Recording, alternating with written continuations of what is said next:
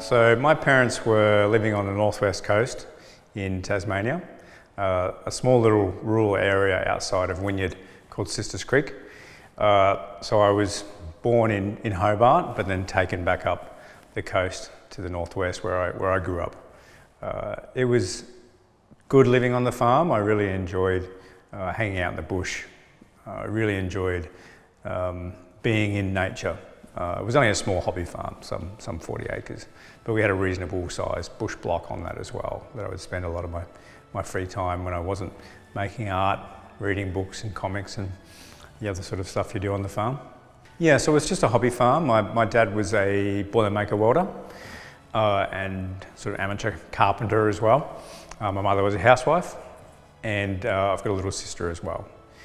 My dad was working in the towns near us, sort of half an hour away.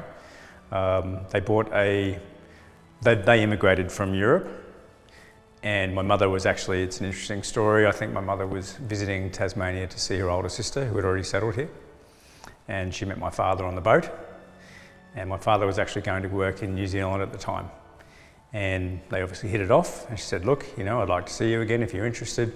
Come and find me in Tasmania when you're finished working in New Zealand. So a couple of months later, he tracked her down, and within a year, they were sort of living together and married and, you know, planning a family. They settled on the northwest coast. They couldn't have children of their own, so they started the adoption process, which took a couple of years, and then I came along in '73. They just enjoyed living that sort of rural. You know, it wasn't like a farm, it was a hobby farm. They had a few cows and sheep and goats, cats and dogs. I think it was just a big break and a bit, you know, a lot different from their upbringing in Europe, in the big city life. And I think they thought it was just going to be really good for the kids to grow up in that sort of environment too, which I think, looking back, it probably was. But at the time, when you're a teenager and all your friends are the majority of them are living in school as well, in town, as well, you sort of want to be part of that. So there was a real yearning to sort of get away from the farm and be living in the cities from very early on. But also I think I had a real drive to travel the world, hearing their stories of having travelled all through Europe and all over the world, and then settling in Tasmania really sort of sparked something very early on in me that made me want to sort of explore the world on my own and experience maybe what they've sort of experienced and seen. So that was always a real driver for me to get out of Tasmania and see that. Yeah. We lived out of town. It was a 30-minute bus ride minimum into school. I was always really interested in art, and creativity was always encouraged at home. My dad was always making things out of timber, so making timber toys. I grew up with him making timber toys and actually selling them at the local markets all over the coast. And he was always, you know, carving timber, making dioramas, etc. Also doing sketches. He'd always just sit at the window seat and sketch out what he saw. And my mother was always doing a lot of folk art, a lot of craft, that sort of thing. I grew up watching her do a lot of needlework, which I then tried myself. I'd be doing cross stitch and this sort of needlework stuff that wasn't stereotypically sort of manly vocations when you're a teen. So I sort of kept that to myself. But yeah, being creative in the arty stuff was always definitely encouraged. You know, my childhood was heavily involved with markets on the weekends, at least once a month sort of thing, where my father would make these wooden toys and sell them, and my mother would make homemade bread, etc., sell those. And I think even that experience greatly sort of affected me in an entrepreneurial sense, a business sense. They encouraged me to make little things, and I was actually collecting twist tops from beer bottles back in the day. And I would twist them together and make these tiny little motorbikes out of these twist tops, and I'd be selling them for like 10 cents each or something ridiculous like that. But you know, I had a little stall there, and you know, you just learn speaking with the public and you know, doing your own thing. Yeah, that was a great experience. And through that, I actually, there was an old man who happened to be a veteran himself, an English guy. And he was now an artist, and he retired and moved to Tasmania. And he became a bit of a mentor to me as well during my high school years. I was really interested in how he was making these drawings and watercolour works. So yeah, he took me under his wing and sort of gave me a lot of guidance over those early years, which was really good. I think one of the earliest times I can remember being sort of having an award was, I think I was like grade 2 or 3, and I snagged some award at like a regional art show that we'd all sort of entered into, which was really, you know, cool to get this sort of award for this abstract painting that I'd done that my mother still has, obviously, in the archives at home. But there was 2 of us that were, I thought, quite good at art naturally, and we sort of ended up really bouncing off each other for those early primary school years and then high school years. And that was good. And by the end of high school, I had won the Artist of the Year Best Student Prize, along with him and another girl. And it really felt like I was being primed to go to art school. But, you know, since as early as I can remember, I'd always had this sort of desire to join the army. And that was very clear in my mind that was what I was going to do. And to the point of, even my mum now she showed me photos where I was like 2 and I'm running around the garden and I'm sort of holding some gardening tools, but very much like it was a gun. And when I was in primary school, my dad being a carpenter, would make or help me fashion these, you know, very basic sort of crude assault rifles, to the point of having, you know, magazine and a trigger and all that sort of stuff. And then I would have a bag full of these weapons that I would take to primary school and would play war games in the schoolyard, etc. Yeah, so I was always sort of deeply fascinated with the military and quite obsessed, I think, and just knew that would sort of be my path down the track. I remember maybe the first time I ever saw the army in Tasmania. I remember sitting out the front of being out the front of the house, and you could hear traffic on the highway from where we were, if it was a big enough sort of vehicle, and I could hear these trucks coming down the hill, and I looked up and it was, you know, a convoy, a series of 5 or 6 of these big green Unimog army trucks. And I hadn't really actually thought of army being in Tasmania at that time. Obviously it's you know, the 80s and there's no conflict in Australia. But that sort of, you know, really piqued my interest of, you know, why do we have army guys here, and how do I then join them? Which is interesting because a decade later I actually joined that particular unit. So by year 11 and 12 I was kind of being, yeah, like I said, torn between this want and need to make art. I was, you know, reasonably good at it for a young teenager. But there's something about going to art school that didn't quite sit right, I guess. And I met some people that were at an art school down in Hobart. And I guess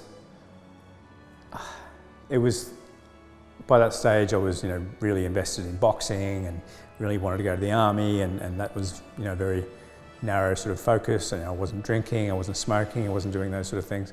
So like the whole scene at art school was very kind of left orientated. Everyone's got long hair and smoking drugs, and that just wasn't me, and I didn't think I'd be comfortable in that sort of area. And so I just thought, no, I'll join the army, and that's what I'm going to do. And so it actually ended up being a conversation with my friend at the time, and he'd been in Army Cadets in Burnie. So he said, well, there's an Army Reserve unit here, we can just go and have a chat with them, and maybe that's an entry point. We can, you know, go there and then join the regular army. Because I thought that I should finish that year 12 as a thing. And so I went down to that unit, which happened to be the same unit that I'd seen all those years ago, the 44 Transport Squadron. You know, we introduced ourselves and, you know, started the enlistment process, not really understanding how it all worked as far as regular army and reserves. He actually balked from that. He didn't join the reserves. He was very much invested into his heavy metal band, amateur at the time, and didn't want to cut his hair and all that sort of stuff. But I did, and that was sort of like the start of that military career, I guess. That was really enjoyable. I ended up spending roughly 3 years with them before transferring to the regular army. I'd always wanted to do that as a stepping stone as soon as I sort of worked out what was actually happening. And I had applied some time earlier, like a year and a half earlier, to join the regular army, but it was a really long process in the day. A lot of it was paper driven, and I sort of got this phone call saying, "Oh, we know we're really sorry, we've lost your paperwork, and we'd need you to, re-enlist and do this all again." Which I was like, "Well, that's a bit unprofessional," and I was a bit jaded with that, I suppose. But then I had a good friend at the unit who was a corporal already, and he said, "Look, I'm thinking about joining the regular army. What do you reckon?" I said, "Yeah, let's do it." And so I sat my enlistment sort of interviews again on a Thursday, and they said, "Well, I specifically wanted to join the infantry.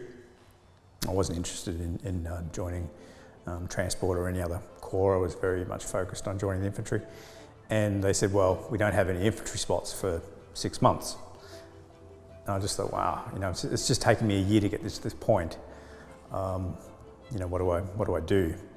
I said, "Well, I'm really invested in the infantry. I'd really like to go there as a priority. I didn't want to get stuck in a system where I couldn't maybe then transfer later, because that's just not how the army works all the time." And they said, "Well, actually, we do have some infantry spots left, but unfortunately the last intake is next Monday." I said, "Well, that's fine. I'll do that." And they're like, "Well, that's on Monday." I said, "Yeah, I got that."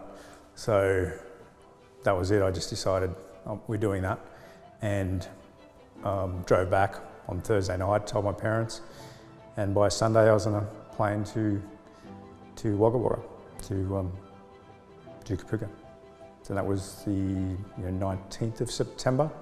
I think by this stage is 1994. Yeah. So I enlisted into the reserves 4th of May 91, and did the 3 odd years there.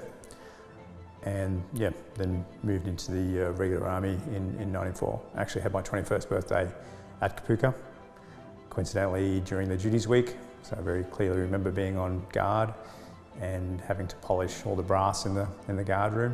It wasn't related to my birthday. I don't think they even really sort of, saw that on the paperwork, but I just remember doing that for my 21st, thinking, pretty cool way to spend your 21st. I think overall I quite enjoyed the Kapooka experience. I guess having a couple of years as a reservist behind me already, I had a reasonably good idea of what we had to, be taught. So I didn't find that the learning process that difficult. It wasn't rough or violent really, compared to, I think, the stories you hear of previous years. There was an incident once where a guy in our room, on the far side of the room, we came back from a PT session, and I remember he just was looking at us really confused, and he's like, "Ooh, I think I've left my lock off the door."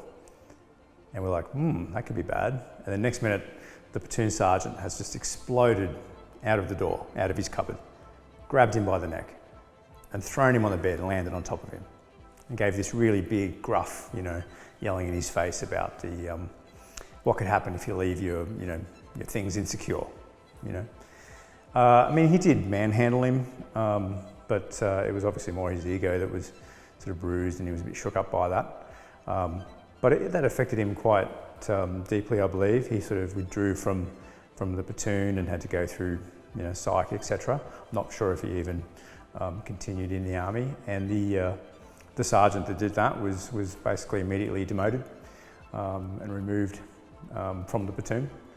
That was sort of interesting to actually see that, and a clear sort of signal that sort of violence wouldn't be sort of tolerated in the army. Even though I personally don't think it wasn't like he was bashed as such, but I can understand how that would have had an effect on him. But also, maybe he shouldn't have left his locker undone. So that was that. But look, it was a really interesting time. You're meeting all these people from all over Australia, people from different sort of backgrounds and cultures even. So that was really interesting. So I'd been largely fairly much stuck in Tasmania for most of those sort of years. So that was really good. Became really good mates with with the few of us that were also really motivated to join the infantry. We sort of tended to sort of hang out a fair bit together, and we were quite driven and focused for that. And so we had, my secco was an engineer, and there was another infantry guy there as well. And they were very supportive of us, and I think perhaps as a result, I felt like the expectations of us were a little bit higher than I guess the rest of the recruits, which sometimes can be a bit annoying when you're sort of continuously getting pushed and nominated for stuff. But I think overall it sort of set us up better for the rest of our sort of careers, I guess. Obviously after Kapooka we jetted down to Singleton to start our infantry training, and of course that's next level training again from what you sort of left Kapooka with, and from the get-go it just seemed more, we were treated more like adults, straight up, and that was very clear from the outset. And there was the guys from my platoon and a few other platoons at Kapooka that were now thrown together for this new platoon at Singleton. And we were given local leave. We had all these other things that were sort of given to us that we weren't given at Kapooka. So we really enjoyed that training, and it was good, hard training. And our section was I'm still friends with a lot of those guys from that section now, and almost 30 odd years ago, or 28 years ago, we're still good friends with those guys. We had a good tight section and a pretty good platoon, and we achieved good results. And it was interesting at the time. This is back in '94. Townsville was known then as the RDF, or Ready Deployment Force. And so our mindset was, why would you join the army? Why would you join the infantry if it were not to deploy? And plus one of the guys on our section, he had a mate that was already in 2-4 at the time, and he was currently in Rwanda. So he was actually sending letters to my mate who would read it out to us, and then it sort of became very real that we joined the infantry and that we could potentially deploy to somewhere like Rwanda. And I remember a letter he was talking about with his patrol. They were sleeping in a school that had a bombed out roof or something like that, some sort of building with a bombed out roof. That sort of made it very real, but also made it very exciting and something to aim for. And so they told us at Singleton that they were only taking the top 10 soldiers for Townsville.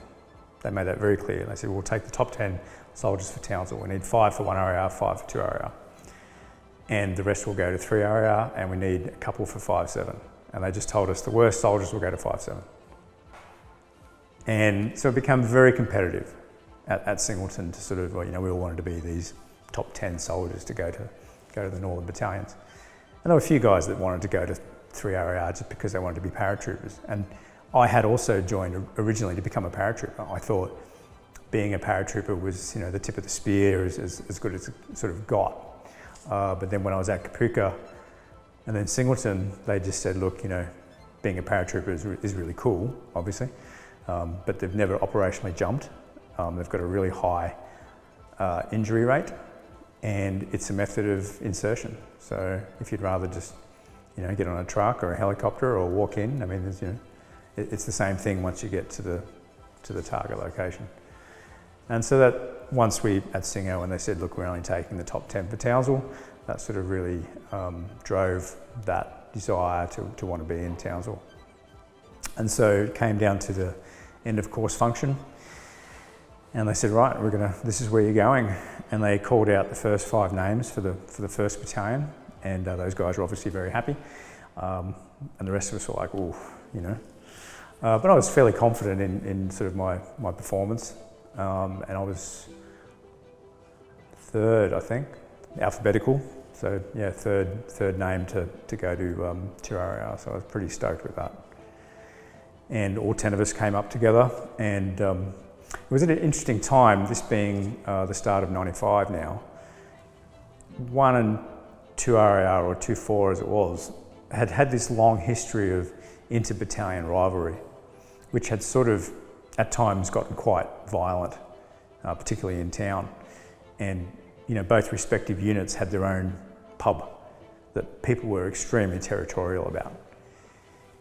Yet here's me and my mates that we've just done 3 to 6 months together, being told that we can't see each other after hours.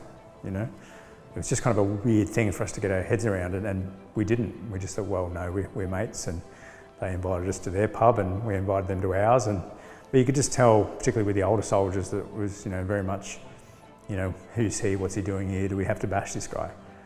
And I remember going into Lang's, which is now the Mad Cow, and my mates said, look, just ignore everyone at the bar, just follow us upstairs like you've been here before, just ignore them. And we did, we walked straight through, and you could just see these guys that were perhaps late 20s or early 30s, just these bar flies just staring at us, just trying to work out whether we should be there or not.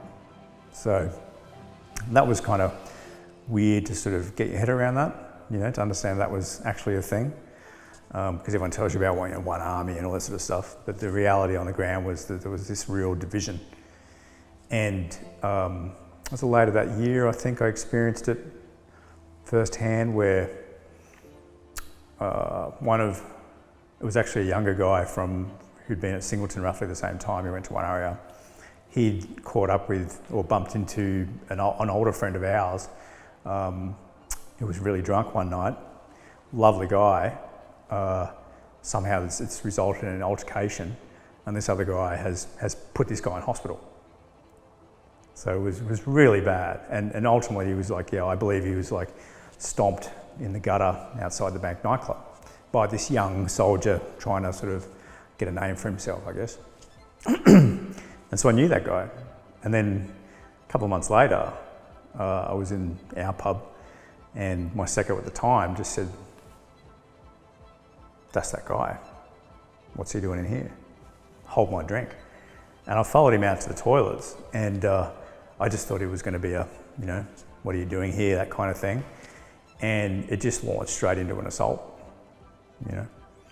And this young soldier was king hit, and then he was on the ground and getting sort of stomped, and that was it. My secco just said cheers, grabbed his drink and walked off. I was like looking at this kid bleeding out, thinking, well, I guess on one hand that's karma, and he probably did deserve that for what he did to our mate under similar circumstance. But those early years of me being in the battalion, there's a fair bit of sort of that kind of violence, but that was like kind of the end of that kind of sort of period. But it's interesting that there's always been this sort of hatred between 1 and 2 that we sort of just saw the end of. But then I experienced that myself when I got posted into 1RAR, when I left 2 and went into 1RAR. I sort of got to experience that mentality myself firsthand, which was interesting as well. So I did a couple of years at 2RAR. I was lucky, I think, being a little bit older, having a little bit more sort of just life experience. I sort of got nominated to be an acting Lance Corporal pretty early on. Just one of those things where people move around, and I just got put up in the job. I didn't find the job overly sort of taxing. I quite enjoyed it. So that sort of got me put on to my first supervisor's course, Subject 1. So I even deployed. We went over to Hawaii, did Hawaii and Louisiana on a training mission with the 25th Light Infantry Division, and I was an acting Lance Corporal for that. Came back, went to Mortar Platoon. I was mortar qualified, did the Subject 1. Somehow managed to top the Subject 1 course, which was quite an interesting experience as well. I didn't think I'd really done anything better than anyone else. But on the actual march out day for that course, I remember having my name called out for the best in the field, the Bush Pig Award, the Bushcraft Award. Again, I was pretty stoked to get that, and marched down to get that award, and my CO was ribbing up the CO of 1RAR, saying it's one of our boys.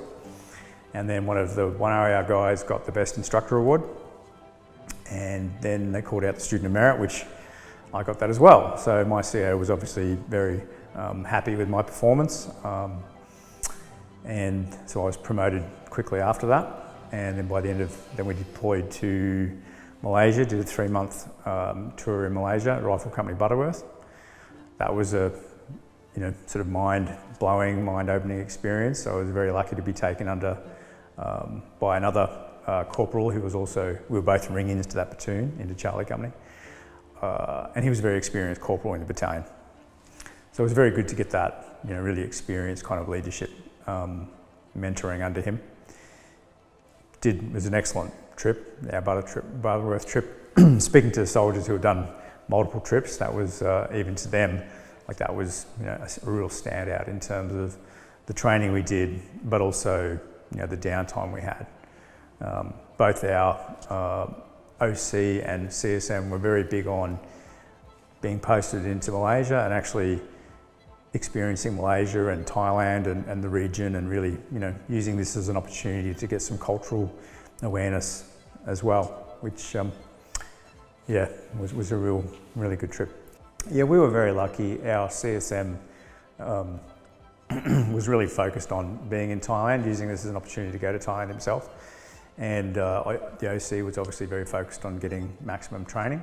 And between the two of them, we had a very, very comprehensive training plan, but also some excellent opportunities to go and explore the region. Almost had practically every weekend in sort of Thailand, or we were in Singapore for a period as well, and really made the most of it.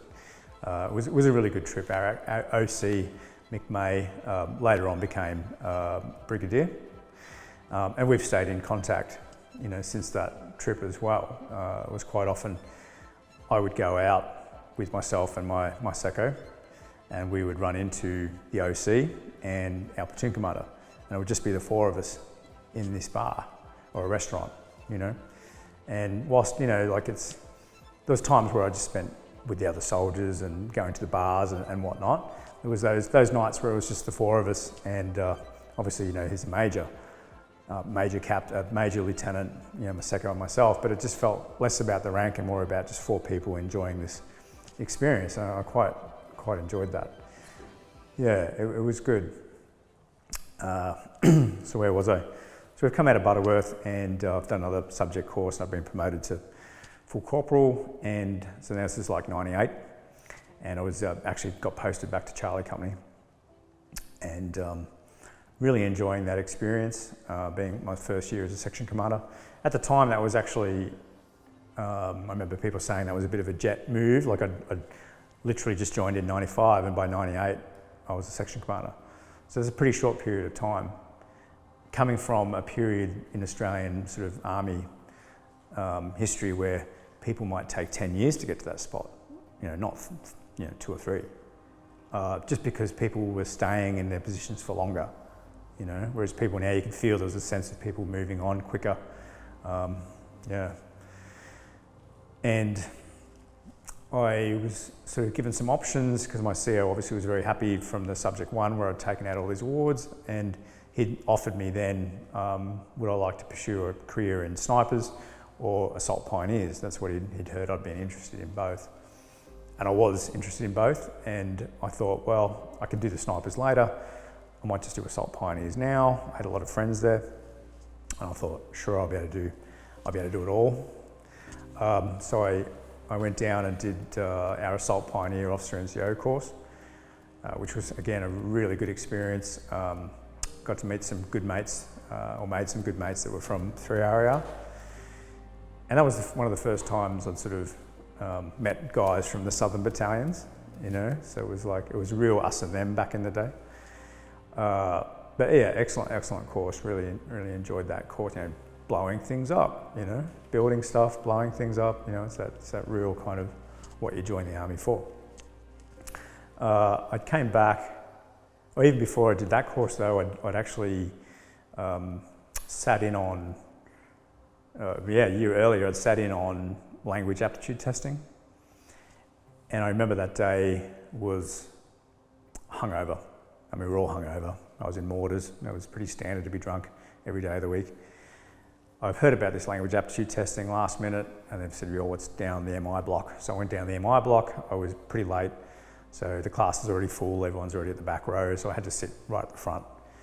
And it's the old MI block with just louvered windows, and there's the guy on the tractor outside, mowing the grass for the rugby paddock. the worst conditions you can imagine to do a language aptitude test. And the little portable stereo that he had only had one speaker working. I did the language aptitude test. I was fairly confident, I think, with my result. I did it as best as I could. But having grown up with European parents, I guess intuitively understood different languages maybe.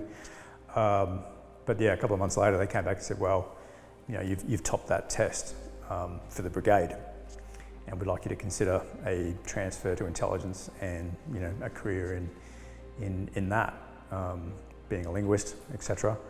But at the time I was really heavily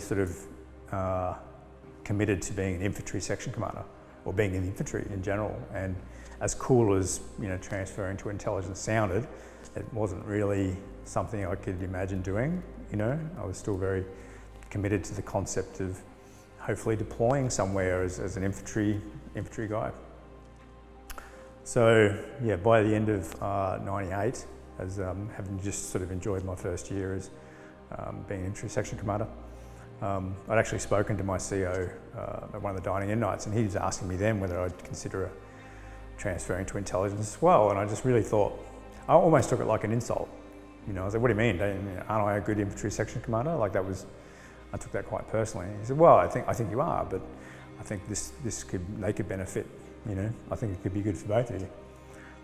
Anyway, by the end of '98, I was actually at the pub.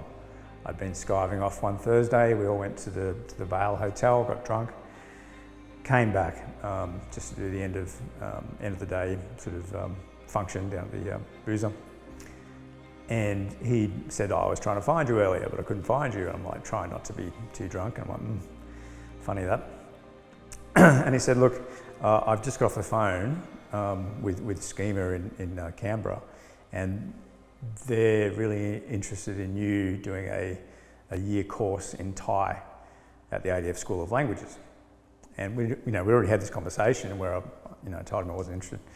And he goes, but the difference is now they don't actually want you to court transfer to intelligence. So you can do the course and return to the infantry and stay as an infantry soldier, and then they'll just use you as a linguist as required. And I thought that was great. I thought that would suit me perfectly. And I said, yeah, I'd be okay with that. He goes, yeah, I thought so. I've already told him that you said yes, and you'll leave next month, sort of thing. So yeah, I packed the bags, and this was at a time where, this is '98, nothing was on the radar, politically, geopolitically, nothing was really going crazy in the world. So I thought, okay, well, this would be a good time to leave and then do that year and then come back to the battalion. The first few weeks in Melbourne at the ADF School of Languages, I thought someone had made a horrible mistake. By the 2 months into it, I thought I was going to actually quit and return to the infantry. I thought, there's no way I can understand this language, it's way too complicated. And I think, this was the first time that I was out of that infantry environment. I'm in this school, it's a very small class, there was, I think, 6 of us. Everyone's an officer, except for me and my mate. We were the first infantry NCOs to ever go to the School of Languages. This was generally a school that you went to as an officer for their career, doing staff college in these different countries, etc. So, and we'd been told straight up by Schema, how you work on this course determines the future of, NCOs and ORs coming to the School of Languages. So don't fuck it up, So there was quite a lot of pressure to actually perform, and wasn't getting it. I just thought, there's no way I can learn this language. All the officers had been to uni, so they had these advanced study patterns, I guess, whereas I'd bludged through high school, winged everything, I'd never had to study anything in my life. And even on the other courses I did in the army, didn't study for any of it.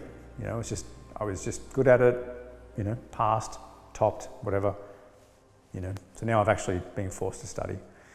And I think it came up to, it was just before Easter, I heard about this local Thai uni meet up at a nightclub in the city.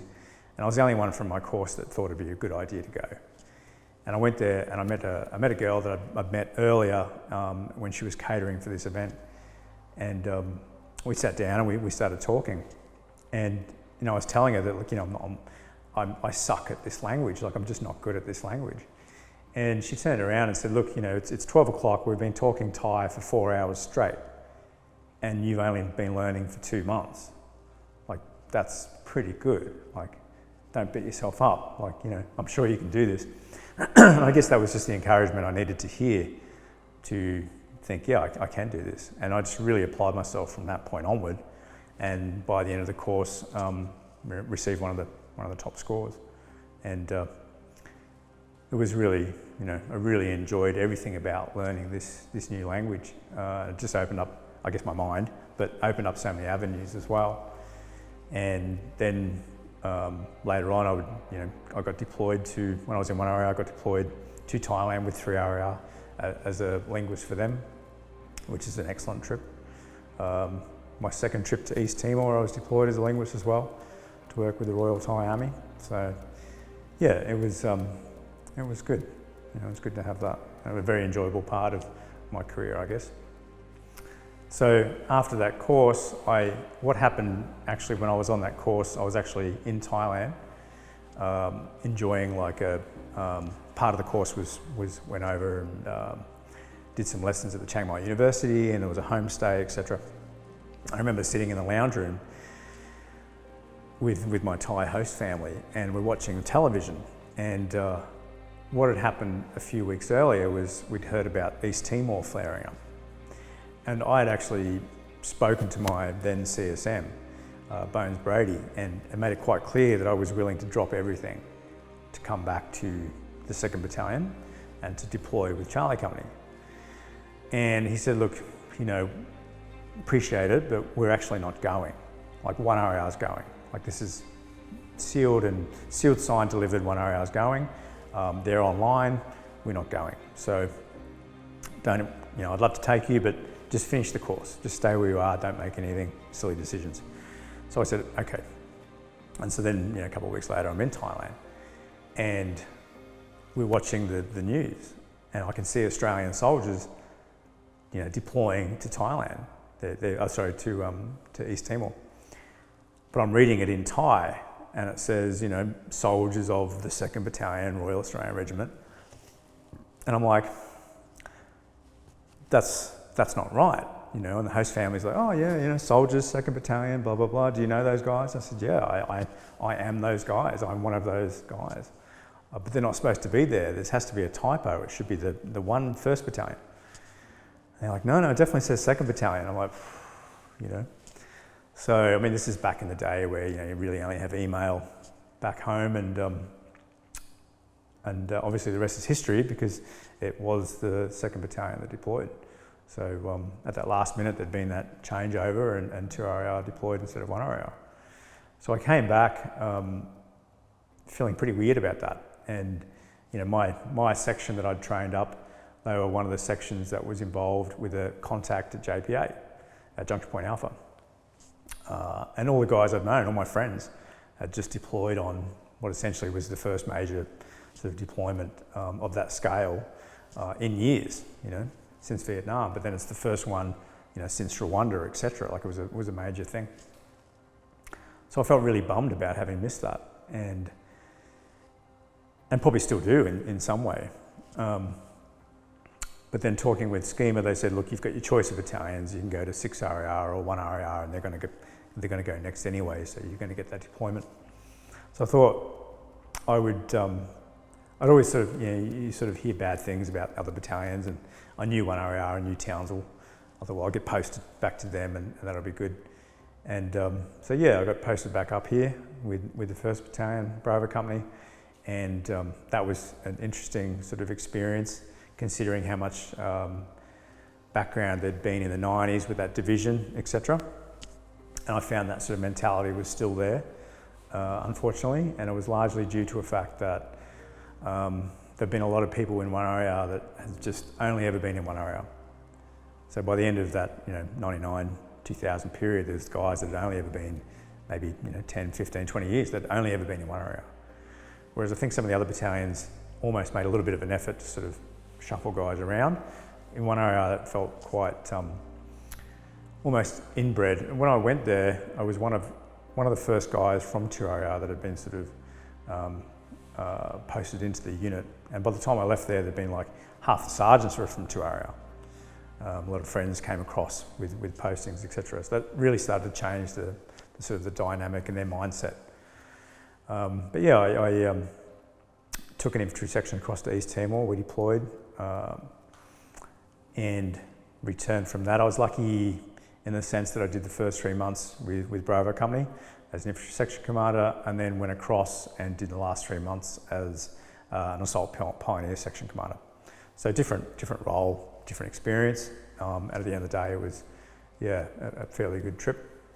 And came back from that, spent another 6 months or so in Pioneers, and then found myself being removed back to a rifle company because they'd sort of promised someone else a go at that position. And I thought, well, and I'd already made it clear that I wasn't ready to go to Singleton. I didn't want to be an instructor or a Kapuka as well. And so that kind of, the result of that was actually just going back to a rifle company. And that's when I just thought, well, I've actually already done all this sort of stuff before. And as much as I enjoyed it, I just thought, well, I've already deployed, I've done these things, maybe I should try something else. So I put in a core application for intelligence and passed that, was seconded up to the headquarters 3 Brigade and did a couple of months sort of on-the-job training before I went down and did my IETs for intelligence. And that itself was really interesting. I got down to the IETs at Canungra and bumped into an old mate that I'd been I knew from early 2 RAR days. So we got on, immediately sort of thing. But yeah, it was a really good course. I really enjoyed that course as well. Actually, I think was one of the only guys to get there was a thing called a pink. A pink slip was normally a bad thing, was normally you'd fucked up. But one day I was given this pink for the tactical questioning sort of phase of the training. And it was a good pink though. It was actually recognition of good performance.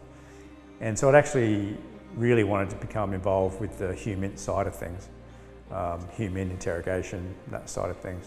So I made that quite clear and was lucky to get posted down to one company at Anongra after that. But while I was at the IET school, I was hit up by Bob Tyne, who was head of the linguists for the Army. And I'd worked with him on an interpreting gig already before when I was at Langs. And he'd asked me if would I be okay with deploying back to Timor. Of course, why not, And so a couple of months after finishing the IET school, I pretty much went to the new unit, posted in, and then was sent straight back to East Timor to become this interpreter, linguist for the Royal Thai Army that was coming in to take, so the New Zealanders would finish, they were rotating home, and the Royal Thai Army was taking over their position on the border. And we were based in Headquarters Sector West at Suai for 6 months, which I think should have been a really good experience and trip. The only thing that marred it for me was I'd come from this position of being an infantry section commander and everything that comes with that, and then I'd gone into intelligence. But the posting at Headquarters Sector West was just as a clerk, and that was my first real experience in that sort of headquarters environment like that. And I found that in general, the majority of the staff were captains and above, and warrant officers, etc. And they could care less that I'd been an infantry section commander or was in intelligence. As far as they were concerned, I was pretty much just entry level. Might as well have been a digger. And not all of them, of course, but enough. And I found that sort of made me pretty jaded with the system. I'd plan my own patrols and missions when I was with one area, and now I can't even be trusted to plot things on the map You know, I'd have to, you know, who supervised him? Well, no one, but this is where people are. Those sort of, you know, comments just kind of ate away at me, and I was like, well, I'm actually an intelligence corporal, and I did a bit of work with the S2 shop there, and I made a point of getting out of Headquarters Sector West, doing trips up to the Australian AO, and working with the HUMINT team that was in country. I introduced myself to them. The S2 sort of vouched for me and got me involved, so I was doing some HUMINT work with them in country, which was really good because that's the job that I was, you know, going to go back to. But yeah, the worst thing was the transition of the Thai army with the Kiwis didn't happen for, I think it was like 3 months into it, you know, 3 or 4 months into it. It just got delayed for whatever reason, and they just didn't turn up. So I was essentially stuck in this role of being a clerk, which I'd never been before. Not that it's overly hard, but I'd just never done that before. But it was more the fact of just being, you know, I guess, you know, considered to be that and everything that went with that. So yeah, I just focused on getting really fit and using all my downtime to smash the gym. One of the admin girls was from New Zealand, and she'd played professional rugby for New Zealand. Very fit woman, Sarah, and there was another Australian over there that was also quite fit, and the three of us would spend, you know, 3 or 4 hours a day in the gym. And I was really starting to revisit, and I was rethinking my role in the army and thinking that, you know, I had always kind of toyed with the idea of joining Special Forces, or SAS at the time, and I thought, you know what, I'm going to use this period to get as fit as I can, because maybe I don't think the intelligence stuff is going to work out. I can do that later. It was always the mindset. I thought, well, I've got this opportunity that I'm still relatively fit and healthy. Maybe I should try that. So I became, you know, probably the fittest I've ever been with that objective of coming back and starting the transfer. A few other things happened on that tour, and I missed out on courses back in Australia because I was on that deployment. And, you know, so I came back a bit jaded. I mean, I did enjoy once I finally got to be a linguist, and once the Thai Army rolled in, that was a really enjoyable experience. But again, I was the first one to do that, and they didn't really, I think, know how to utilise me the best, and it was a weird sort of period. But yeah, overall it was an interesting experience, one that I look back on, you know, quite fondly. And I was given a lot of freedom to move around the country. So I sort of appointed myself as like this Thai liaison officer. So I made a point of, you know, going out in a vehicle and with another guy and travelling to all these remote Thai outposts, just to get reports of them to come back and report to our brigadier about how everything's going and the transition, etc. So I got to see a lot of East Timor that most of the guys who just went there as a whatever role, an infantry role, etc., were very much stuck in these small little towns or areas, whereas I got to see basically all of East Timor, and it was so much geographic and cultural diversity around the whole country, which was, you know, made it a really interesting sort of tour.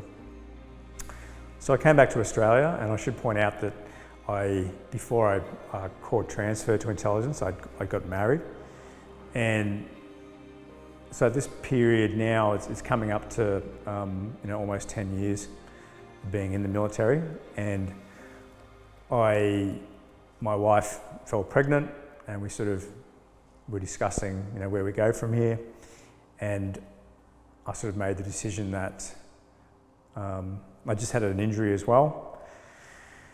And so I just made the decision that, well, maybe we should, you know, maybe I should just, you know, discharge from the army and be a family man. So we did that, and that didn't work out. So we ended up splitting up anyway. I returned to Townsville because I couldn't I was trying to secure some contracting work overseas, and I had some false starts for Iraq, etc. After we split up and I couldn't secure employment where I was or getting the contracting work that I wanted to do overseas, I made the decision to come back to Townsville, where I felt I had a stronger, you know, network. I had owned a house here previously that I'd sold to a mate, and he said, yeah, sure, of course you can stay in your own house and that you used to own. So I just came back up here, was again really heavily invested in going overseas as a contractor. It felt like the next kind of logical step, and that's what guys were from the battalion were doing. But I just had a couple of contracts sort of fall out. And so I thought, well, I'll take on this job just doing security, local security. I'd heard about this course in South Africa, bodyguard course, and I heard that was very well respected course on the circuit. It would probably help my CV to get these jobs. So I went and did that course in Cape Town for a couple of months, and then stayed in South Africa afterwards with these South African friends that I'd made. Came back to Australia and started working, nightclubs, bouncing, that sort of stuff. Was picked up at a big nightclub down the road to be the supervisor. And I thought this is a good job because I can just literally walk away from it if I get a contracting job. I randomly bumped into a guy. Actually, when I got out of the army in 2004, I was starting tattooing. That was when I was interested in starting tattooing. Looking at careers post-army, I thought about tattooing because I was already fairly heavily covered and was interested in the art form, and I'd been designing tattoos for other soldiers, etc. And so I hit up a local tattooer in Brisbane, and he said, well, that's cool, you want to be a tattooer, do you have a folio? And I said, well, I don't, but I can draw. And he's like, sure you can. I'd like you to show me. So I spent about a month drawing all day, every day when I wasn't at work. And a month later I went back and saw him, and I blew him away. He's like, wow, you just did all these drawings in a month. And I said, I did. And he said, like, well, cool, I'd like to offer you a job. And I thought, well, I'd been told it was really hard to get into tattooing. So I thought that was probably too easy. Maybe I should actually do a bit of research. And so I started researching like the top 5 tattooers in Brisbane, Gold Coast area, and went to every single one of them with my folio now that I have one, and said, look, I'm interested in tattooing. What do you think? And every single one of them offered me a job. So I thought, okay, they're seeing something that I'm not seeing. I'll take their word for it. I ended up choosing someone that was a bit closer to where I was living at the time. And unfortunately, he turned out to be a drug addict, and I got ripped off, and it didn't work out. So when I came back to Townsville, I actually bumped into another guy that I used to be in the army with, and he has now himself become a tattoo artist, or a tattooer, I should say. And he had a small shop with his wife, who was also a tattooer. And he said, hey, I heard you back in town, would you like to do your apprenticeship? Would you like to finish your apprenticeship in tattooing? And I thought, well, why not, And then that fell through because, they were also involved with drugs, etc. And they shut the studio down and did a runner back to Tasmania. And so I'm like, well, great, what do I do now? And so I thought, well, you know what? I do miss the army. And I bumped into some friends that said that the local Army Reserve was a cool place to be, and get back into a little bit of that, and then consider the regular army again. So I went down to recruiting, and they were trialling this new process where you basically just came in on a Saturday, did all your testing at once, and you'd be enlisted by that afternoon. They were just trialling this new thing because that normally would take 6 weeks. I said, well, okay, I'll try that. So yeah, I just went down that next Saturday, and by the end of the afternoon, I was enlisted back into the Army Reserve. That was interesting as well. I didn't do a lot with them, obviously all the Tuesday nights, etc. I found that an interesting experience, as was the first time I was in the reserves. It was interesting. There was some really keen young sort of reserve soldiers, and then there was just some guys that were just hanging around for the money. There was a group of ex-army guys like myself, and they were either still really keen or that jaded that they didn't want to do anything anymore because they'd done all that before in the real army. Or why are you here? It was just kind of a weird place. But one of my mates, he had applied for regular army again. They'd promised him a year contract, I should say, with a guaranteed trip, which was either to Iraq or the Solomons. And he said, yeah, I'll do that. And so I went down to recruiting again. I said, I've heard about these year contracts. And they said, yeah, sure. They said, no worries, you can do a year and we'll guarantee you a trip and you can go back to the battalion, etc. I said, okay, why not? We'll do that, because tattooing obviously isn't working out. And I wasn't getting any contracts. And they sort of went really quiet. So I went down on the day to sign, and he actually had like a contract for a 3-year contract with the Army. And I'm like, no, we discussed a 1-year contract. I'm not really into a 3-year contract, you know. And he's like, well, best I can do is a 2-year contract. I'm like, I'm not interested in a 2-year contract. You know, I'd like a 1-year contract, and that's it. That's all I'm really, I might stay on, but I'm not going to sign up for 2 years. And this got into a fairly heated sort of discussion, and I just walked out. I said, well, I don't have to do that, and it's not what I want to do now. Shortly after that, I'd heard about a position on a mines rescue team, and started working on the mining site as a mines rescue team, and that was really, really interesting. A lot of training for all aspects of the mine rescue, so I really got invested into that, because it's very physical and really interesting, working in that sort of the emergency field. And then just out of the blue, I'd actually started speaking with another tattooer in Cairns who was happy to actually take me on and start me tattooing again, with the view of eventually being good enough to not go back to mines rescue at all and just stay tattooing. And then out of the blue, I just got a random phone call one day from a company that was based in Dubai, and they said, hey, we've got your CV here.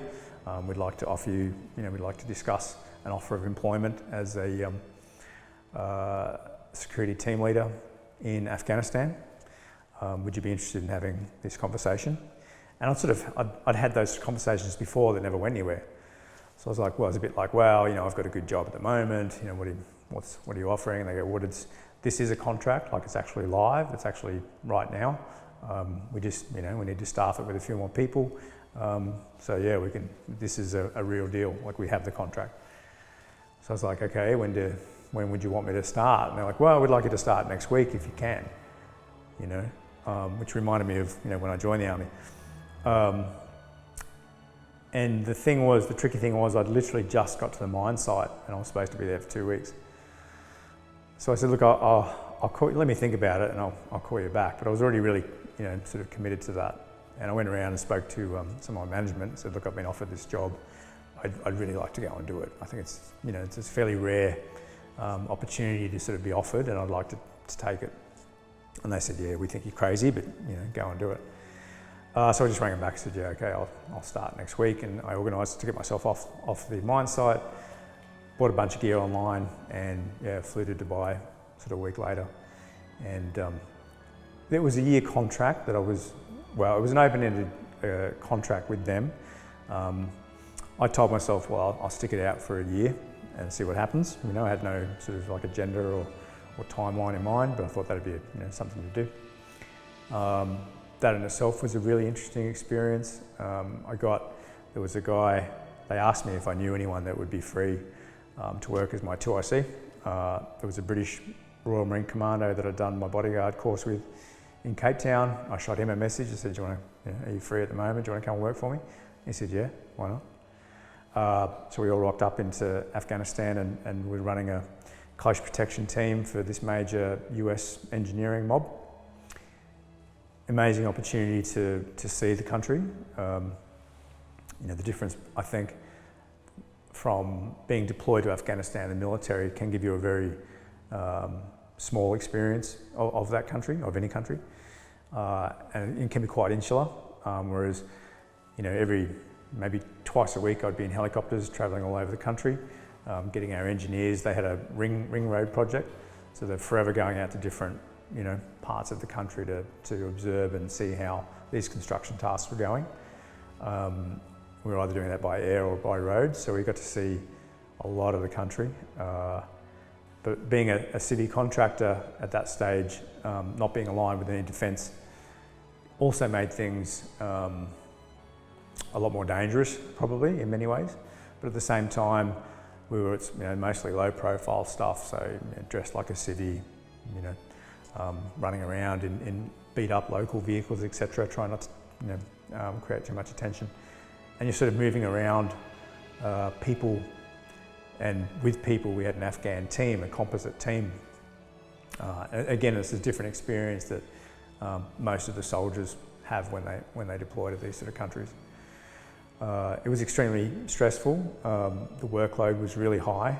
There was no real time for downtime, like there was no weekends. It was, the Friday was the day off, but a lot of that time was sort of spent, the guys would hit it pretty hard on a Thursday night normally, but I don't drink, so that wasn't really an issue with me. I had a girlfriend in country.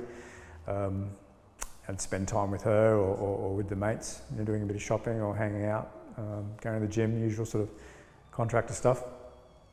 The issue for me with that particular company was the pay wasn't the best, and we'd been screwed around at the start of the contract where we hadn't been paid for 3 months while the company was almost going into liquidation.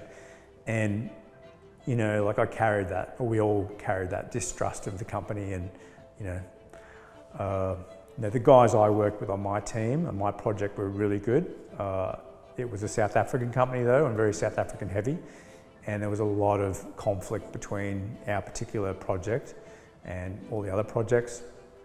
We had like this, the premier sort of project for the country, and there was a lot of, we were getting paid more than the other South Africans on these different projects, so there was a lot of animosity in just in the workplace, I guess, and the fact that we were Australian and British guys. The South Africans, these are very much the traditional Boer South Africans who just have this massive hatred of the British, and that would result into near punch-ups on a Thursday night when with people yelling at us that you locked up my grandmother and you put my grandmother in a concentration camp, that sort of stuff. There was a lot of that anger that was still very real to them.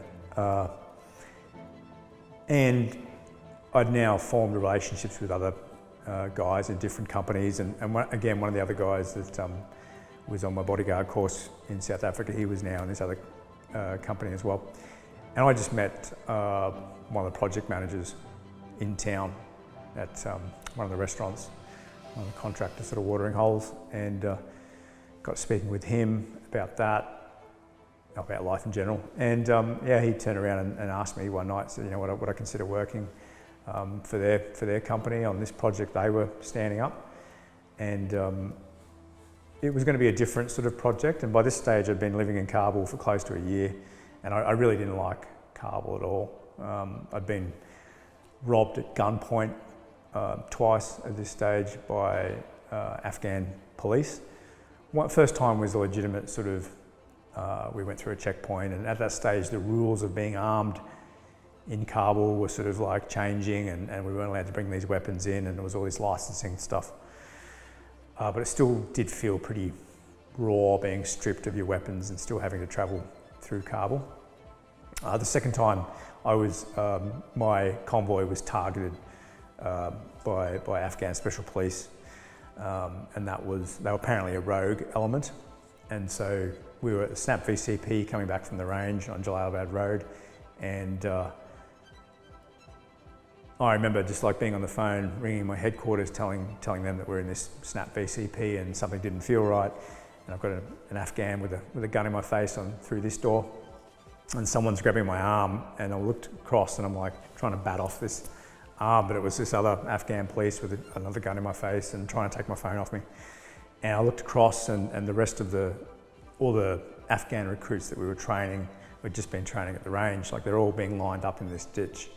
And there's a couple of these gun trucks with PKMs, and I looked across at this one kid. He was just looking at me, and and it was like we had this connection, and we just I felt like they were just about to get mowed down on the side of the road in this ditch, and I was trying to make this decision, like, okay, do I start shooting people? Like, what do we do here? Like, it just seemed like we were all getting stripped, and it was at the point of something was going to have to happen.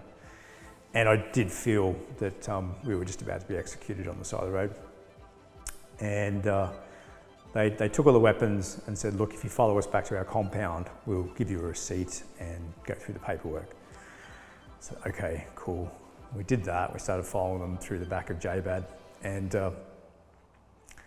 next minute, like, we're driving through these back streets, and like, this doesn't feel right, you know, and next minute we're in this other ambush, and they just said, you know, you can either leave right now, or we can, you know, end this right here. And so, okay, well, you can have those weapons and we'll see you later. And we went back to my company headquarters, and they were like, you know, where are the weapons? Why didn't you do that? So they were going to execute us in the back streets. So yeah, there was that. That was interesting. But that was actually the start of that, working for the new company. But I'd wanted to work out in the provinces. I'd had a few mates that were working in provincial sort of teams, and from their feedback, it just felt safer, but also better. You know, away from Kabul. I didn't particularly like the nightlife or the contractor scene in Kabul. You know, there's a lot of, everyone seemed to be on drugs and doing steroids and just having these wild parties, which, I don't know, didn't seem to me what, you know, you should be doing if you're there providing security for these people. So I wanted to experience work in the provinces. So I did that. Luckily, they sent me out to Western Afghanistan, out to Herat, and then to the north. But now our contract was fully embedded with the US Army. So other than wearing uniforms, we had legally we had full laws of armed conflict as per the US Army, which was really interesting to wrap my head around, that we were actually essentially US Army without being US Army. So we're US DoD contractors. If we saw, you know, a woman being hurt in the streets by a guy or kids or anything, we were legally allowed to step in and, you know, defend that woman. So I thought that was really interesting to sort of, you know, wrap around what we were actually doing there. That ended up being a couple of years, that project, and really enjoyed that experience. That sort of felt like a culmination of all the things I'd sort of learned and done within the Army. There was HUMINT was a huge part of that actual contract. And so we were required to go out to these really remote locations and do HUMINT, basically, speak to police chiefs or local elders, etc. You know, fill out these demographic reports, you know, road reports, area, send them back to Kabul to help with the overall intelligence picture. So I got really invested into that as well. It was a really enjoyable experience. Had a reasonably large team. The start of the contract was pretty much everybody was special forces except for myself. So really experienced, you know, guys I was working with, these contractors. But over the years, they kind of like, a lot of those guys kind of left, or they got filtered out, and I was sort of being replaced by a lot of Americans. The contract was going heavily American. And a lot of those guys were just not as qualified or as competent as those other guys before. So I saw a real sort of like kind of decline in standards, which then obviously I thought would affect, you know, started to affect my safety. And so I kind of hit this point where I just felt that I had sort of done everything that I kind of wanted to do. And I'd actually considered joining back in the Army again, because I really felt that, you know, I had to look at who I was and what I was doing, which was essentially being in the Army, US Army, but I'm really only doing it for myself. I'm doing it for my bank account. Like, that's why we were there. And I thought, well, that's not very, I guess, what's the word? I guess questioning the morality of that. And I thought, well, what I should be doing now is taking my near 20 years of sort of military experience, culminating in these last few years of being in Afghanistan, and taking that back to the Australian Army. You know, I should be training new soldiers. And I made some phone calls, spoke to some mates, and they're like, just, why would you do that? Like, that's a bad idea. Like, you're not going to enjoy it. I mean, yeah, you might make a difference to a few soldiers, but overall, like, you know, the Army hasn't changed. It would, you know, you just get broken and spat out. You know, why would you do that? Coincidentally, I started having an email conversation with a friend of mine that I actually joined intelligence with. And he said, hey, what are you up to these days? I said, well, I'm contracting in Afghan. He's like, do you enjoy that? I said, yeah, I do. And he said, well, if you ever think of a career change, I think you could do what I'm doing. I said, well, what's that? And he said, well, basically, he was working as an ROV pilot technician on oil rigs, which is essentially flying giant underwater robots and doing subsea construction. And I said, I know nothing about that. Why would you think I could do that? And he said, well, I knew nothing about this either, but we'd had very similar backgrounds. We'd both been in the infantry, we'd both been in intelligence. And he said, look, I just did this course, applied myself, and now I've been working in the industry for 4 years. And if I can do it, you can do it. And so I guess I was reaching this tipping point where it's like in my 4th year in Afghanistan, and it's one of those jobs where you don't really get better at it, and there's no progression. You don't do training courses anymore. It's just like you just do this job, or you die, or you just leave, and And so I thought, well, okay, if I'm going to leave this job, then that job sounds really good. It's month on, month off, and the pay was 2 or 3 times what I was making in Afghanistan. So it seemed a no-brainer to actually, that's what I should try and do. And really, I guess I'd also had this moment where, like I said, 20 years of this kind of stuff was, I was remembering that I always wanted to be an artist. And the reason I didn't do it then was because I felt I didn't have the experience, the life experience to sort of paint and do art, make art about stuff that I hadn't experienced. And I just thought, well, I think I've experienced enough now to actually, go back and make art. And I also felt myself that, I guess I'd proved enough to myself. I'd been in these contacts. I've had a firefight, like that sort of thing. And I felt that, like I'd done that. Like, okay, well, I've done that. I've got nothing to prove to myself or anyone else. So I packed my bags and left for Scotland and did this intensive 3-4 month course in subsea robotics, hydraulics, etc. Didn't tell them my background at all. And they told me afterwards if I had actually told them my background, they probably wouldn't have even accepted my application, because it was just like the chances of me actually passing were pretty slim. Most of the people I worked with were, robotics engineers or electricians or some sort of trade. I had none of that. But I just had this desire to, get into that field. So then I took that qualification back to America. By now I've got an American girlfriend who was based just out of Houston. And I just started door knocking. And again, using those intelligence skills and whatnot, I'm just forging interviews with people. By doing my research and finding out who's who, and just making up interviews, timings on the spot. And I'll just rock up with a suit, and they're like, "Who's this Australian guy in Houston with a CV?" And plus the fact I just come out of Afghanistan. I've been working with the US Army for a couple of years. A lot of the Americans actually respected that, and a lot of them actually had family members that were there. So that went really well. So basically they offered me a job working offshore pretty much straight away. Unfortunately, they would have to send me back to Southeast Asia to work initially, which I said, well, I'll work anywhere. So yeah, that started that sort of 4-year career offshore. And I was intending for that to be my, till retirement job. I sort of got myself into a position of being a 2IC. I thought, well, if I can snag supervisor, then that's something I can just draw out for years and reduce my time offshore. And so by 2011, when I started doing that, I thought, okay, well, how do I become an artist?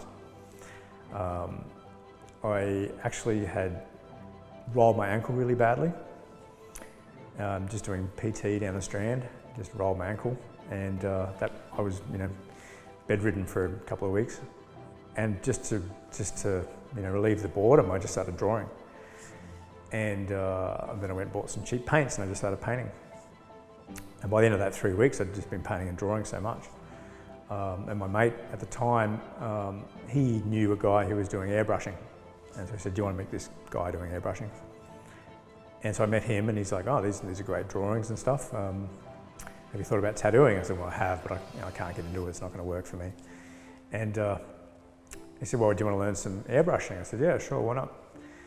And so he taught me airbrushing, and after about a week or so, I said, well, what do you think of my progress? And he's like, well, you seem to be doing better airbrushing, after a couple of days than I was doing after a year, so I think you'll be fine. And then I just snagged a warehouse to live in as a small studio, and started entering local competitions. I started winning some just minor awards, etc., which gave me the confidence, obviously, to apply for bigger things. And I think with the 2014, I won like a regional painting award. And by 2015, I was being invited to participate in this nationally touring exhibition that featured all these like international level artists and a bunch of us sort of emerging artists, which was an incredible opportunity. So I did that. Coincidentally, at the same time, in 2015, the oil and gas industry collapsed. And so I just found myself jobless literally overnight. I kind of knew that it was going to happen though, so I had been working non-stop for some 8 months to cash right up.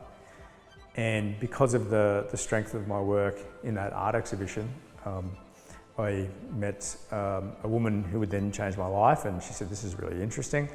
What sort of art training have you had? And I said, well, I've never done anything. I'm essentially self-taught. And she was like, would you be interested in learning some art stuff? And I said, of course, why not? She said, cool, because I run the art department at TAFE, so come along and we'll get you started. So I walked straight into a diploma of visual arts in 2015. By the end of 2016, I'd done my advanced diploma of visual arts. There was a program that had just started up with the University of Canberra to roll all that into a bachelor program. So I thought, well, let's do that as well. And it's interesting because the offshore company, they'd always said, like, oh, you'll be back at work in 3 months. You'll be back at work in 6 months. I didn't hear from anyone for 2.5 years, like literally no one. And so I thought, well, I've got money in the bank. I don't need to work. I'll just do this art training, and I loved it. And then by the end of 2016, I was approached by a local tattooer. He'd bought art from me at the market, so I was selling art on the weekends. And he said, well, weren't you doing tattooing? Like, do you want to get back into it? I think you'd be okay. And I thought, well, I don't think I'm going back offshore, And no one else has given me a job. I thought, yeah, maybe I should get a job again. And I guess I'd always wanted to do tattooing. And I thought, I guess it's now or never, So I just said, yeah, sure, let's do that. But on the proviso that I can finish my training at TAFE. And I said, yeah, that's fine. So I just started working full-time for him and working full-time studies as well. And yeah, so at the end of 2016, I started tattooing. I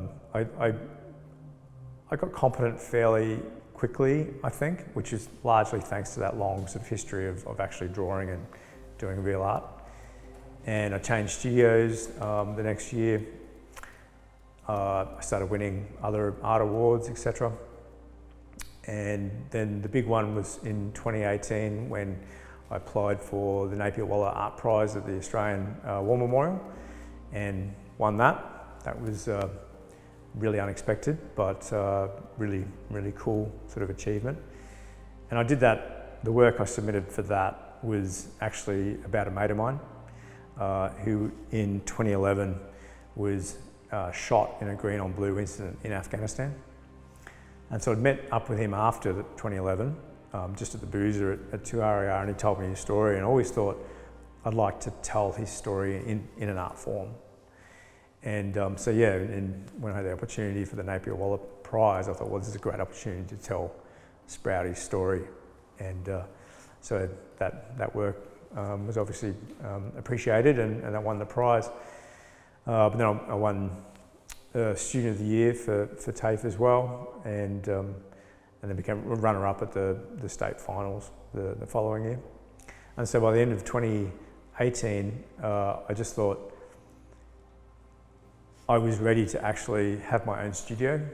I wasn't enjoying where I was working, and now that I was completely finished with my studies, I thought, okay, well, maybe I need to, I actually tried to work somewhere else, but that didn't work out either. I thought, okay, well, I'm going to have to open up my own studio. And so I took the plunge, just luckily found this place, and we did an intensive 3-week renovation with me and a couple of mates. And just before Christmas, at the end of that year, we opened up, and I haven't looked back. I've been running this tattoo studio ever since. But I've also been involved heavily with other art projects. So, having my own tattoo studio means I've got the freedom to, take a few days off here and there, or trying, weeks if needed, to just forge and push my art career forward as well. Because I really love being a tattooer and love everything about that. But I also really enjoy storytelling, and particularly via art. So I've got a real focus of that over the last couple of years. And I've just been really fortunate to have been invited into some fairly big shows and exhibitions, and make art for that. And it all started with the war art stuff back in TAFE, where I was challenged very heavily by my senior mentor there at the TAFE. Because I guess through conversation I'd had with people in the community, when they sort of got a bit of a hint of my background, I kept coming across this recurring theme that people would say, "You weren't really in the army, were you? Like, you didn't really spend time in Afghanistan, did you?" And I'd be like, why do you say that? It was almost like they were accusing me of maybe lying or something. And they said, "Well, I mean, you just seem pretty normal, And I'm like, "Well, what does that mean?" And they're like, "Well, I mean, army veteran, Afghanistan. I mean, shouldn't you be crazy? I mean, shouldn't you be damaged? You seem fairly functional." And it really got me thinking about everything and how veterans are sort of portrayed in the media, and how they are themselves, I guess. But, there is a lot of talk, and rightly so, there is a lot of talk about PTSD now, and the effect of the veteran and military experience on people. And that's fantastic. There always needed to be that to remove the stigma about mental health issues. But it's almost like it has become expected now, or the public mindset is that if you have joined the army, then you're going to have psychological issues, or you're going to be damaged in some way. Where I think the truth is actually a lot more nuanced than that. And if you look at the statistics, the majority of people are damaged. The majority of people are going to have mental health issues at some stage during your life. So, the statistics between people that have deployed or been in the military and just civilians are not that dissimilar. So I'm not actually convinced it's purely a military thing. There's a lot of people that are going to have mental health issues anyway. Anyway, so the discussion with my art teacher was when I was trying to make these artworks about my military experience, she felt that a lot of it was falling into the realm of propaganda, that I was perhaps romanticising my own involvement, and perhaps that I shouldn't be glorifying war. And interestingly enough, in another exhibition where I'd been awarded some prizes, I'd done a drawing of a contractor in Iraq, and he was standing there with his hands in pockets, and he had all his gear on, he had his weapon in front of him, but he's just standing there with his hands in pockets, and there's the sun in his face that's causing a shadow, and he's just got a slight smile, a wry smile. And talking with the judge afterwards, she told me that she liked the drawing. It's technically, obviously, quite well done, but she had issue with awarding that a prize because she felt, because he was smiling, that he was glorifying war. And I thought, well, having personal experience, you can be in these conflicts and a war zone and still find reason to smile. And I don't think that in itself is inherently glorifying war. And so then, then I had to sort of really look internally and look at my own reasons why I joined the military and analyse that, you know. And a lot of that was really because I'd seen it on television and thought it was really cool. You know, my parents were both anti-war. My parents grew up in Europe during Nazi occupation. Both had lost a lot of family. My father, his father had fought in the resistance and had a traumatic brain injury from a grenade attack from the Germans.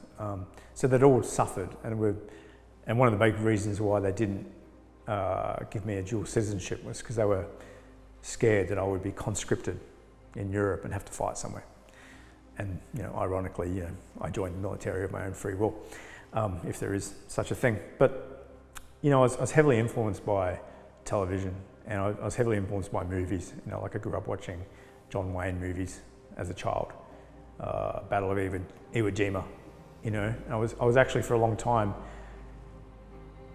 considering joining the US Marines because, you know, you believe the propaganda in the movies that they're, you know, doing the most with the least and the first in, last out and all that sort of stuff.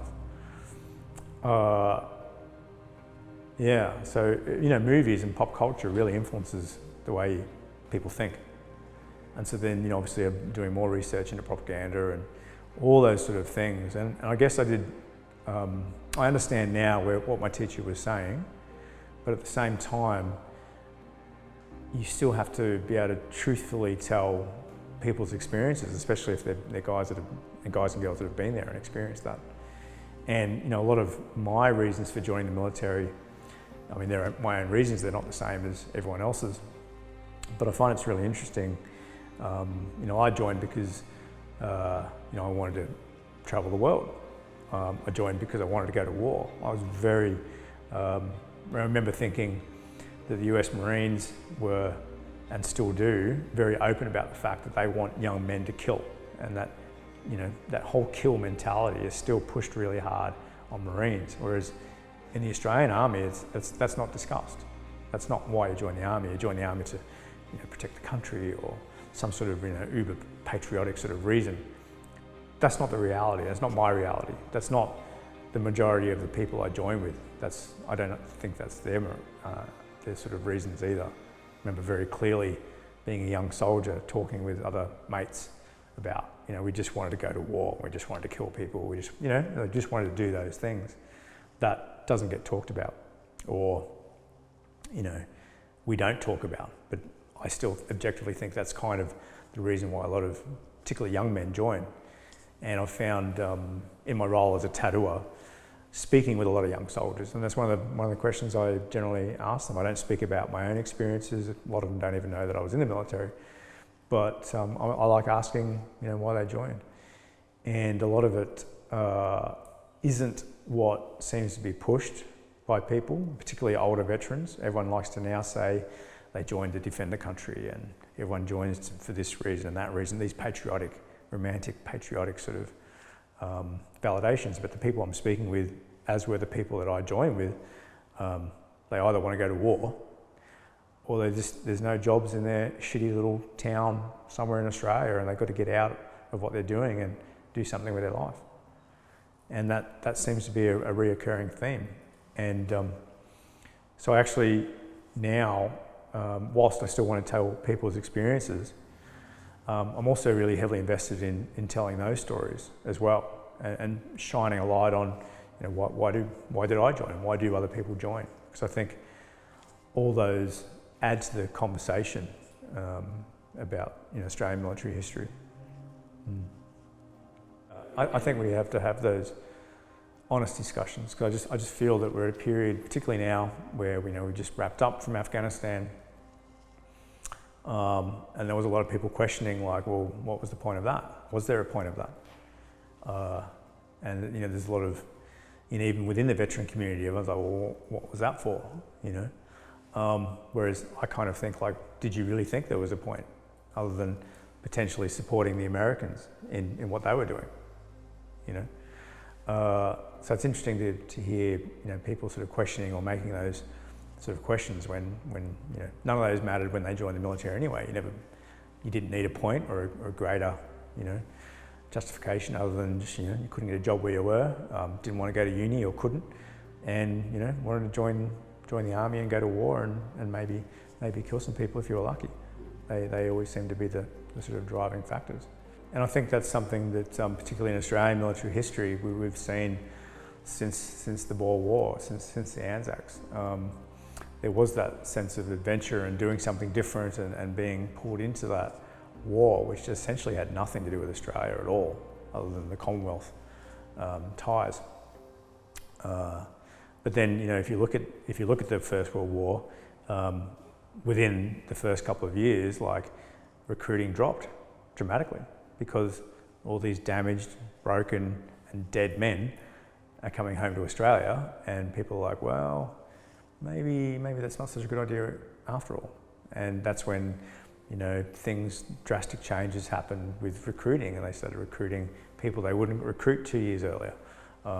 They had to change laws to actually allow Australian Aboriginals to fight for Australia at war, even though, they had to technically be half Aboriginal. You had to prove that you had a white parent, to be able to actually be allowed to join the Australian Army and fight for Australia. But they made all those sort of things, but then those are things, well, they even brought in the shame campaign. They brought in a campaign of shame to shame young men to join the military, and they recruited women to give these young men a white feather, to say that they were a coward, why aren't you fighting for Australia?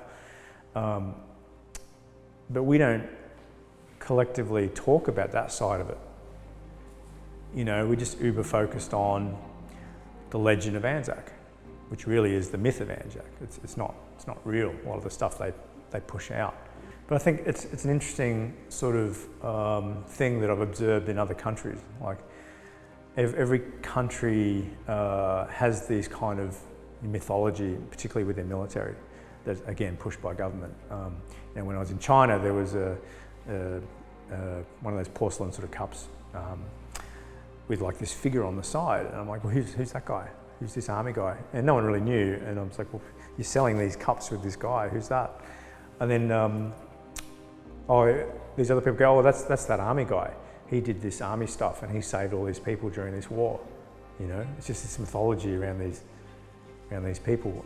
The US Marines, they love being called devil dogs, and this was apparently a nickname given to them by the Germans. If you go back, if you do a bit of research, there's no, people have researched this and they go, well, there's no evidence that the Germans ever said that. And it's not actually a word they would say in their language. So probably didn't say that. It's probably something that the government's taken and used to, as propaganda to whip up their Marines into believing this fact, the way we have with the Anzac mythology. The reality is a lot more complex and nuanced than that. But and then now we're seeing that in successive wars, and which has made me look at things a whole lot deeper again, because now I see, particularly with the Afghan stuff and the new stuff, there's a lot more comparisons made back to Anzacs again. When, for example, I saw some small tributes and documentaries, and they were talking about this Anzac story and etc. And I watched these video clips, and none of these video clips were actually about Anzac at all. They were all about Australian contemporary veterans in Afghanistan. I'm like, well, that's not an Anzac story. That's an Australian Army story. That's an Afghan story. Because I was waiting for one of these guys to have some sort of a link back to the Anzacs, great grandfather or something. There was none. They were literally just focused about these soldiers here and now in Afghanistan. And I made some comments online about that, saying, well, where's the actual Anzac stuff? Because that's that, and this is this. And that didn't go down too well. I was blindly attacked by everybody for, being disrespectful and all that sort of stuff. And I'm like, well, I'm not. I'm asking. I think we should be very proud of who we are now and what we do now.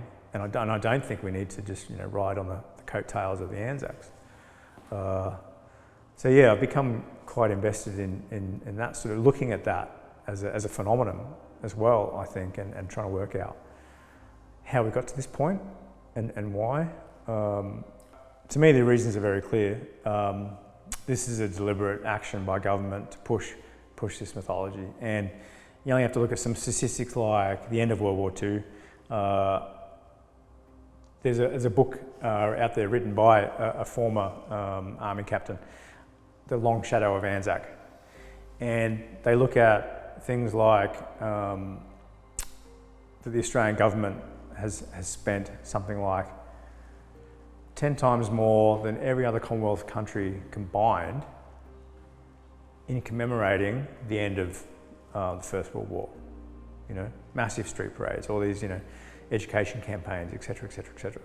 I mean, you know, it's being force-fed from above, this Anzac, you know, mythology, which I think that's kind of inherently dangerous, and I think that kind of leads itself, really pushes you know, nationalism. I think it's all tied in with that, which in itself can be inherently dangerous. I think it's interesting to be, I think it's, I think you can be healthily sort of patriotic, but I think it also can be a slippery slope, and I think it can be weaponised. And I think that's kind of what we've seen happen, or what we are seeing happen in Australia in the last few years. So it's interesting as an artist to look at that, and having had my own lived experiences of being in the military, and kind of analysing a whole lot of the other stuff that goes along with it, and there's, you know, there's a whole lot of you know, even within the veteran community, these other myths like you know, like brotherhood. You know, we push this myth of brotherhood and etc. Again, they don't exist. You know, they exist maybe in a vacuum, and people would like to think they exist, but the reality is that they don't. And I'm friends with guys that I joined the army with and I've known for 30 odd years, not because of the army, but because they're good people and I like them. Again, there's guys over the last 20 years that I've found now that have, you know, I no longer am friends with, you know, because politically or ideologically we just don't connect anymore. And yeah, there's these strange mindsets within the veteran community. Particularly what I find interesting is the kind of hatred for civvies that you're sort of is pushed onto you from a very early age when you join the military, and you know, people hold on to this for life. You know, I've met veterans in their, you know, they joined the army for 4 years, they got out. 60 years later, they hate civvies still. And, you know, no civvies as hard as a veteran, or as smart, or as tough, or as, you know, all these sort of things. And I'm like, oh, maybe sometimes, but just as an overall thing, like, that's just not objectively true, you know. And when I went to work on the oil rigs, that was a real mind-opening experience as well, because my team was like, it was the premier project for the company. So they really invested heavily in picking. Everyone that was on these teams at the start was hand-picked. I don't know what I was doing there. I was, you know, the weakest link by far. But everyone else on these teams were subject matter experts in their respective fields, and they all worked hard, like extremely hard. We spent a couple of months in China outfitting our ship, and I was blown away with how professional they were, how much they knew about their jobs, and how hard they worked, and also how hard they partied, you know. And I thought, and literally it felt like that was the same mentality as I'd had with guys in the army, you know. And I'm like, well, yeah, I mean, it's to say that these guys are not as good as these army guys is ridiculous. These guys were, you know, as professional and as strong, as fit, as driven as anyone else. They just never wanted to join the army. They just never wanted to do that. So they didn't. You know, I mean, there's all these Olympic athletes, there's all these, you know, people that excel in whatever field they do. Just because they didn't join the army for whatever reason, I don't think that should immediately just make them sort of a lesser human, you know? So, yeah, it's interesting. And a lot of the artworks I've made now in recent years have also been quite controversial. I made a work a couple of years ago that was probably the most controversial, and I took a photo of Ben Robert Smith, a VC, and I superimposed that over an image of Jesus. And I put that in a frame and put it in an exhibition.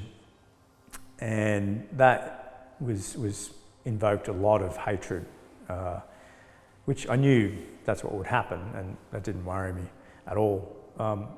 The halo of Ben Robert Smith I'd actually been harvesting from online realms, and because there's a lot of these support pages and support groups for Ben Robert Smith, people that believe he's either innocent or justified in his actions. And so those comments are really extreme. And I just thought, these people venerate him. They don't know him, they weren't there, but they venerate and idolise him purely based on the fact that he was SAS and that he has a VC. Whereas I think objectively, if you look at who he is, what he's been accused of, I think, in my opinion, you have to sort of consider that, well, maybe those things happened. Time will tell. So it's odd to me that people can be just like so, blind in their faith. So why are people like that? Again, I think it's linked back to that narrative that's been pushed that the Australian soldier is here, that we're all Anzacs and we're here morally and ethically incapable of doing anything but, our duty at its fullest, which hasn't been my experience at all. I could make a list of people I've served with that have been rapists, murderers, thieves, all the rest of those, paedophiles. There's all these people that I know have done these things that have also been in the army, and that have also been in special forces or other units. So, it's we're not the saints that some of the general public think we are. So I released that artwork, and I received multiple threats of violence, death threats. Ultimately, which none of those things really worried me, but because interestingly, a lot of people didn't understand the artwork, I think, because I wasn't saying that I consider him to be Jesus or a saint. I'm just saying that clearly some people in Australian society do. And that's all I'm saying. I'm not making any other statement other than that. And people can take what they want away from that. I did a series of work that sort of expanded on that. And so I looked at two other key Australian sort of personalities historically. And that's Breaker Morant from the Boer War, who committed war crimes and was executed by the British. And Ned Kelly, who again, arguably was a criminal, stole from people and killed cops, etc. And the link for me is that the same sort of people that idolise Ben Robert Smith are also idolising Breaker Morant and his war crimes, and also idolising Ned Kelly and his actions. And so I entered these three works. I made them as a collective sort of triptych, and they were entered. I entered them in the Blake Religious Prize earlier this year, and I was a finalist in that, which is another really good achievement for me as an artist. But it was great to speak to people at the event who were interested in what I was saying and could kind of get it. They're like, yeah, okay, I can see these things too, and that's really interesting to make those connections, because it's for me, it's really sort of interesting sort of phenomena to be watching, particularly now with the Ben Robert Smith trials being very public over the last few years. The investigation into the Australian war crimes allegedly committed by special forces is still ongoing, and so we're going to see a fallout from that over the next few years. And already on social media, there are a lot of sort of comments, even from within special forces themselves, that are actually, very much pro-war crimes. They're very happy and open to say, so what? which I think is at odds to a way a lot of Australians think, or think that the Special Forces should be thinking about that. So there's this real disconnect. You've got these people that think that it didn't happen, then you've got the people that were involved saying, well, it did happen, and so what? So I just think, I've tried to move away from war art, but I find myself still being engaged with it because it's an interesting conversation, and it affects Australia and where we're at now, and where we're going in the next couple of years. I think it's going to be very interesting, watch this sort of space to see how the fallout from the Brereton war crimes inquiry, etc., how that sort of affects Australia as a collective. When I first heard about you and this project, I did a bit of research, obviously, and looked into it, and I thought it was really good. I must thank you for doing this project and being so heavily invested with it for as long as you have. I think it's really valuable in terms of having stories from people like myself, just an average soldier, and with different experiences, and putting that into some sort of archive. I think I'm doing the same sort of thing with my art.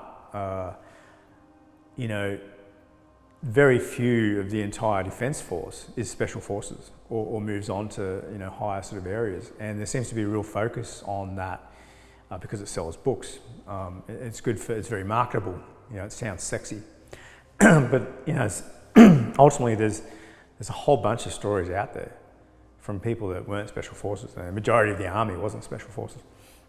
So there's all these really interesting stories that are out there. And I think that they're worthy to be collected. And I think that helps explaining the overall, Australian military experience, and shows how it is a lot more complex and nuanced than what's just being pushed, I guess, or what is kind of accepted as why people join the army. So I think it's really invaluable that these sort of stories, my stories and other people's stories, particularly if they've had really unique and interesting stories, are captured, archived and collected, and then open for the public to see, so they can get a better understanding of who makes up the Defence Force, why they joined, why they did the things they did, how that affected them. I think it's again, that aligns with why I wanted to do the artworks as well, in the sense of just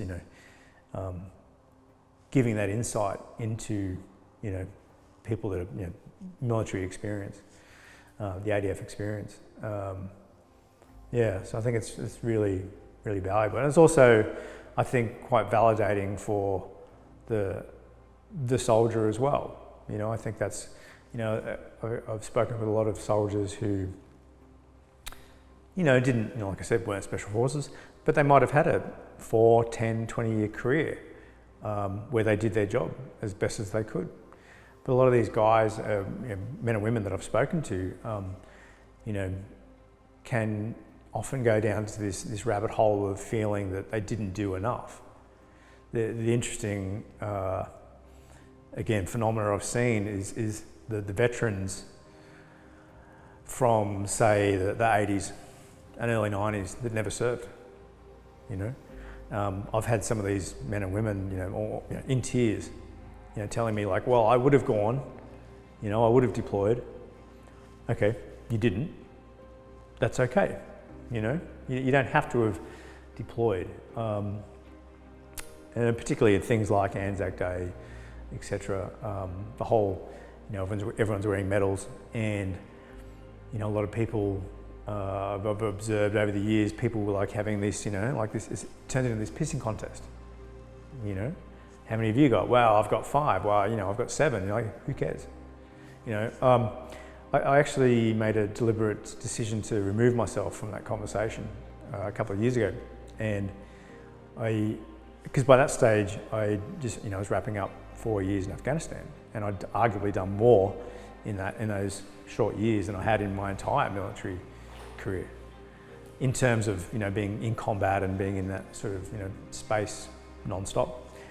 And I thought, well, these gongs don't actually reflect my military experiences. And in fact, my experience as a contractor, working with, I was doing joint missions with multiple countries and coordinating all this sort of stuff, far outstripped anything I'd actually done with the military. And I thought I'd done some cool stuff. So I thought, well, you know what? These medals don't actually define my experiences, and they actually don't define who I am. So I made this deliberate decision to just not wear them anymore, because I saw so many people kind of investing so much energy into some trinkets that I just thought that's not healthy. That's just not healthy. And you're going out with, one of my good mates, we're in the RSL, and he's getting really upset because not only has that person got, 7 gongs, but it's a woman, I thought, well, who cares?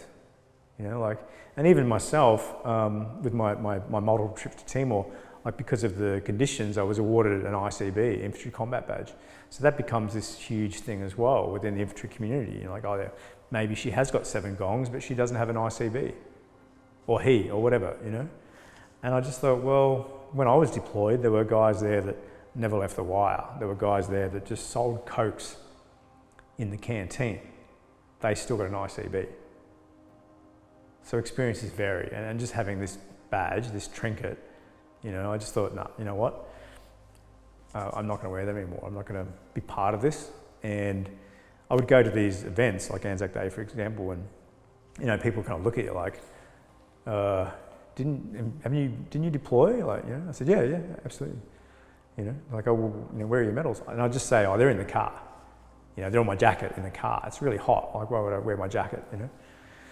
And people were okay with that. And then by the end of the day, no one cares anyway. But it was just that real, it's one of the best decisions I think I've made, because I see it still now every Anzac Day when I'm going out. And it becomes this thing, and particularly last year when we had the COVID, it become things like Anzac Day, it becomes less about commemorating the Anzacs. I think that's like an overall thing. But it becomes more about, look at me. I've got medals too. I'm also an Anzac. It seems to be people seem really this need to validate themselves against something like, the Anzacs or the myth of the Anzacs. And again, I think that's unhealthy. I think we could be very proud of our service. I'm fairly proud of my service. I just don't need to sort of validate myself to the general public. And I think it's also interesting, stepping back again, a lot of the veterans I speak to hate the general public, the civvies. But at the same time, they want the civvies to blow them because they're wearing some medals. I'm like, well, if you hate them so much, why do you care if they do or don't respect you? Because their respect's not worth anything anyway. So I just find that it's really interesting to try and get my mind around how and why people think. But, people are complex, and these are interesting conversations to try and work out why people are the way they are. But I hope that maybe, like I said, I think this is a great project and a great thing you've been doing.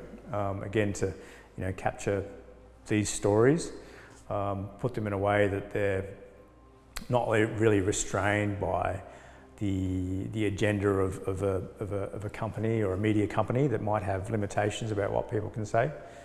I've been fairly restrained in what I've sort of said, and maybe there's a part 2 down the track. But as a concept, I think it's very strong, and I think it's giving people that opportunity to talk about their experiences can help them validate their own existence within the military. And I hope other veterans that sort of see these stories, I hope it affects them in a positive way. I hope they can go, okay, well, cool, I did this and I didn't deploy, and that's okay. Because really, at the end of the day, whether you did or didn't deploy, as long as you joined the military and did your job as well as you could, deploying is really just luck of the draw, and you shouldn't let it define who you are. And I do get, I was at a reunion, and it was all these guys from the 80s, and it's 20 odd years later, and they're crying that they didn't deploy. They're really upset about that they didn't get to do this this thing, you know? And I'm like, well, you know, it has its moments, but it's not the be all and end all. Like, I don't know, it's interesting to see how and why they're so invested into that experience, you know? But yeah, is what it is, I guess. I think what's been a big driver for me to be involved with this project and being interviewed is I have had several interviews to date now with institutes like the Australian War Memorial, and from speaking with other veterans that are now quite senior as well, the feedback I've been given is that my mindset and outlook is different to a lot of the people that are still have been or still in the military. And I sort of became really vocal online a couple of years ago with trying to inject a bit of sort of objective critical thinking into these discussions.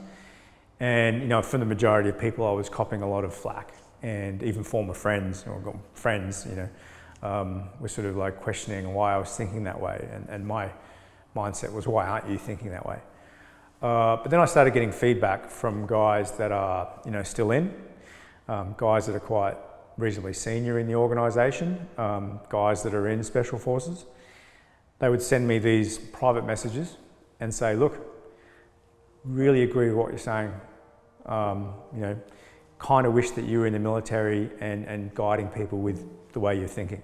They think the same way, and they're saying, look, we agree with what you're saying, but they feel that they're not in a position to actually say what they're actually thinking, which is seems to be more in line with what I'm saying in that terms of applying some critical thinking, which, you know, and some of these guys, like for example, like I said, quite senior in Special Forces, they said, you know, they're surrounded by people where they've made some casual comments about some of these topics, and it's immediately been, you know, shot down. So they understand that in order to do their job well, they just have to shut their mouth and not get involved in some of the, you know, conversations about ideology or nationalism, etc. So it's hearing that sort of feedback from these guys that are senior officers and senior soldiers, RSMs, etc. Again, is really validating for me to hear that, you know. And so it's good to, you know, hear that you're not the only one that thinks this way. And so having this opportunity to speak on this platform and have my thoughts, you know, recorded has been really invaluable for me too. So I really appreciate any of these opportunities to speak about how I think is happening, or what my observations have been of the military and veteran community, in the hope that if there are other veterans or serving soldiers that have heard any of the things I've had to say and it kind of resonates with them, that I hope that they can understand that they're not the only people that think this way as well. Because in my experience, we are probably in the minority within the ADF.